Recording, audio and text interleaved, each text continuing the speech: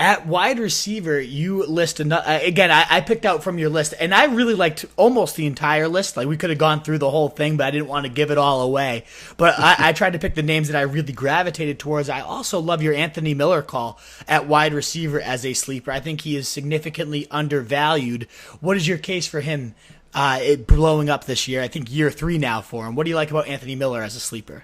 Yeah, just look at what happened with him last year. I mean, it was shoulder surgery in the offseason. He spent the first few weeks of the season kind of nursing himself back to health. And then he started, he had a couple of games where it was like, ooh, hey, look, Anthony Miller. Then Taylor Gabriel got a concussion. And then it was like, ooh, look, Anthony Miller. And, they're just a good, solid red zone target. He's got good hands. Good route runner. It's him and Allen Robinson now. There really aren't any other targets there. I mean, when we're talking about Ted Ginn, Jimmy Graham.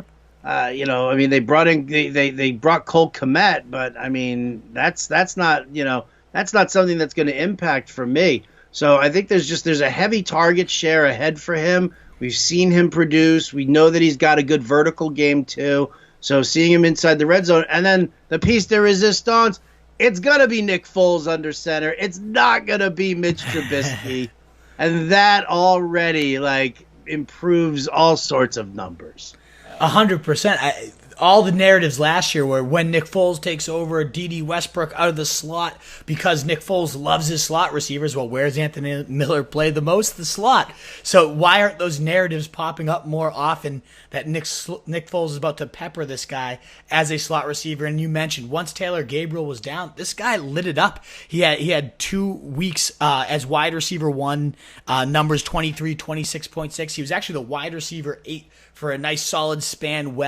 Taylor Gabriel was out in fantasy. So, I mean, there is definitely, he's proven he could be that anchor, that nice number 2. You're feasting on the second corners as Allen Robinson draws the most. I think it's definitely, especially with the quarterback upgrade, a guy that is going severely under the radar right now, and year 3 breakout potential. We might not have ever seen the best of him quite yet because he's never really truly been fully healthy. So I'm really excited about him. What is up, you fantasy wolf? Thanks so much for tuning in. If you haven't already, share your thoughts in the comments, check out some more videos, and join the newest Wolfpack by subscribing below.